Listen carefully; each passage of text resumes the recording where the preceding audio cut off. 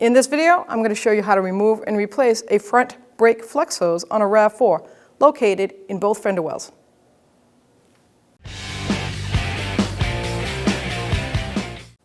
Remove the hubcap. You can use a pry bar or a screwdriver, and that gives you better access to the lug nuts. So we're going to take the wheel off, 21mm socket, remove the lug nuts.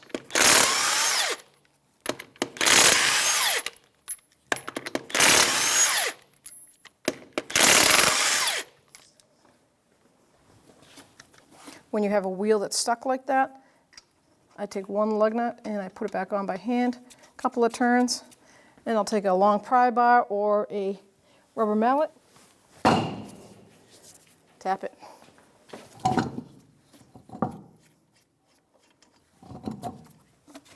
Remove the wheel. So I'm going to follow that brake hose right to that caliper, and that's that banjo bolt. So that's considered a banjo style hose. So with this bolt, 14mm socket, I'm going to break it free, and make sure you have a catch bucket right underneath because it's important to get this brake fluid.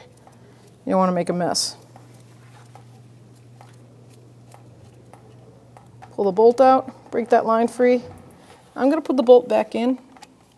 One, I know where it is. And now I'm going to work my way up to the steel line. So now we're going to follow that flex hose right over the knuckle. And there's a mounting bolt right here, and it's a 14mm socket or a wrench. Break that free. We can bring that line right over the top of that knuckle, keeping that catch bucket. And then we have one more on the actual strut housing. There's another bolt right here. That's going to be a 14mm. Take that out. The ABS sensor goes along with it first, and then the flex hose.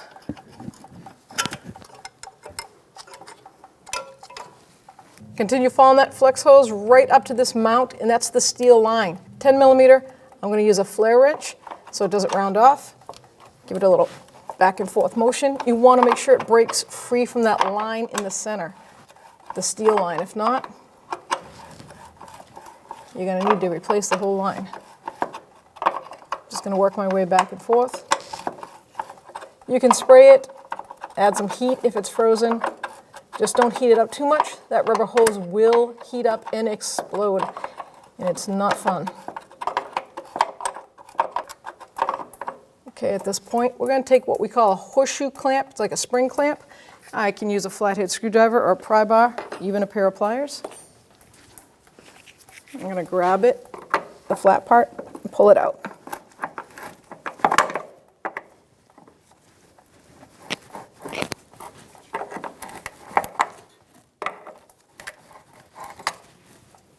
And that's why we call it a horseshoe spring clamp.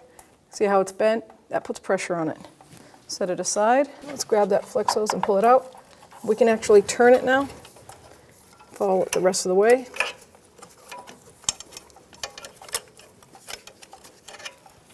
There we go.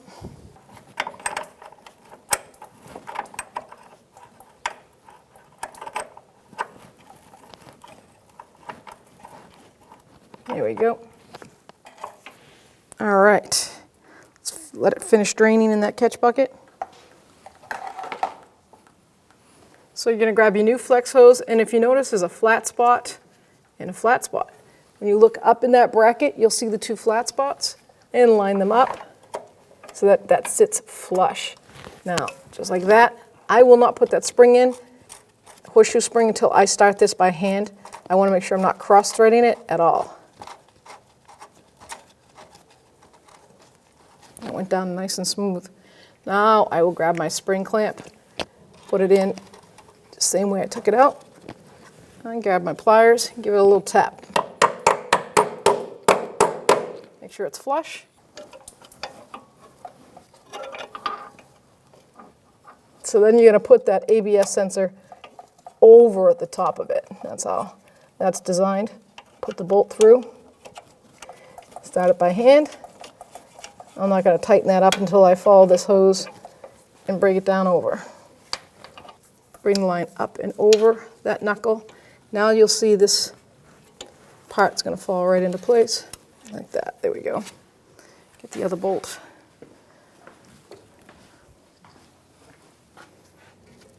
Start it by hand. Make sure it works. Yep, it lines up perfectly. So now we can tighten this, tighten that mount, and tighten this mount. I'm going to tighten the main mount right here next to that knuckle first, into the knuckle, 14mm socket. There is no torque specs, it's just a mount. Now I'm going to use my flare wrench and I'm going to tighten this line up.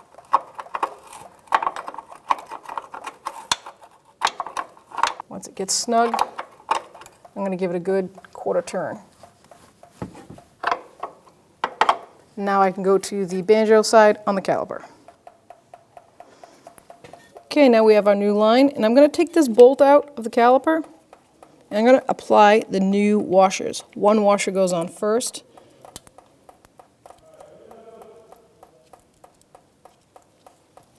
Slide it on that line. Then the last washer.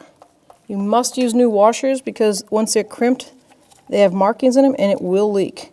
You see this little 90-degree pin? That goes right in that hole for that caliper. Let's snug it up.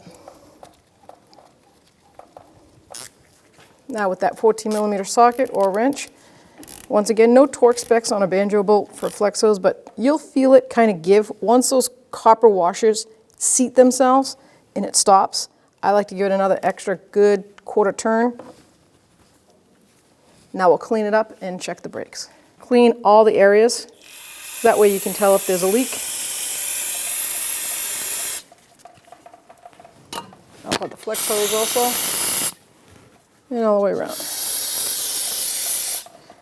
Your master is located right here in the engine compartment, right in front of the driver, right in front of the brake booster, behind the airbox. We're going to open the cover, and we're going to look at it. And on the cover, it should tell us what type of fluid, whether it's .3 or .4. And it happens to be .3, so we'll put this aside. And I'm going to top that master cylinder off.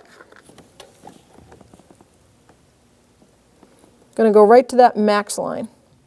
You can see the fluid going up. A little bit over. That's okay, because we'll lose it in the bleed.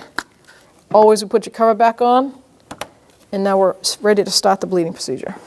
First caliper to bleed is the right front. That is the procedure on this particular vehicle. So we're going to take that boot off and expose that bleeder screw. This happens to be at 8mm, so with a wrench or a socket, break it free. Make sure it's loose. And now I'm going to tighten it, snug it, and with a helper, I'm going to have them pump the brakes up. Pump them up. Note I have a catch basin below, but I'm going to catch it in my bucket here. Put the tool on, and then open that bleeder screw. Now my helper was holding down the pedal. When it hit the floor, he said floor. So that means that he doesn't let up on it, and I can close that bleeder screw. Pump it up. He'll pump it up again 2 to 3 times, hold it, and I will open that bleeder screw. I'll do this 2 to 3 times. Pump it up, noting if there's any air trapped in that hose.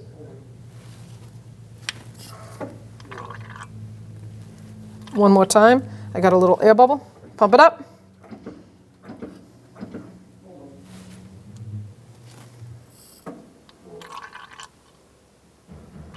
Okay, I'm happy with that. So I'm going to close my bleeder screw. It's closed. That allows him to take the pressure off. I'll re-put my boot on. And the next one is to go to the left front caliper. It's the same procedure over there. So now before we move on to the rear axle to bleed the system, we're going to check our master in between. Take the cover off. I can see that it's a little low. We'll top that fluid right off.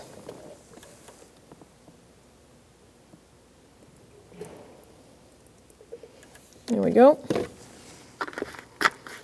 Put our cover back on, and now we're going to move to the right rear. Now we're at the right rear caliper. My helper is still in the car. I'm going to take that boot off. Go ahead and pump it. They're going to pump up the brakes, put pressure on it. My 8mm wrench. I'm going to put the catcher on there and open the bleeder screw. My helper just told me he's down to the floor, so I'll close the bleeder screw. Once it's tight, I'll say pump it up. It's holding. Open the screw. Watch the fluid go down. Close it, pump it up.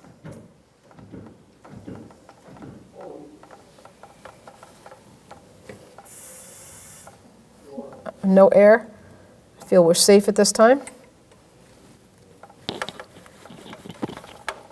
Go ahead and pump it up. How's it feel? It's good so far, so we're going to do this procedure now to the left rear, and then we'll be done. We'll replace that boot, clean it up with brake clean, and move on to the left rear wheel. Now that it's all done, we're going to double check our master, top it off. We're going to pump the brakes up on a road test and at a stop. If you feel the brake pedal travel at all at a stop, holding steady, you're going to need to repeat the brake procedure until all air is out of the system. Go ahead and reinstall the wheel. Put the lug nuts on by hand, start them.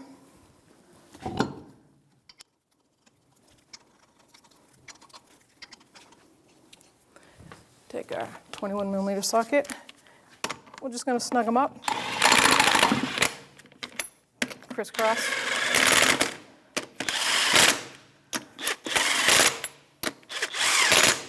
Now we can lower it and torque it to factory specs. 21mm socket, and we're going to torque the wheels to 76 foot-pounds in a cross pattern, crisscross.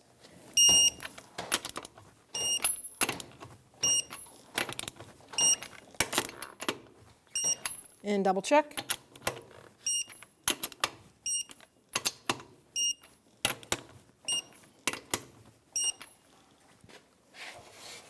Now to reinstall the hubcap, you line up the valve stem.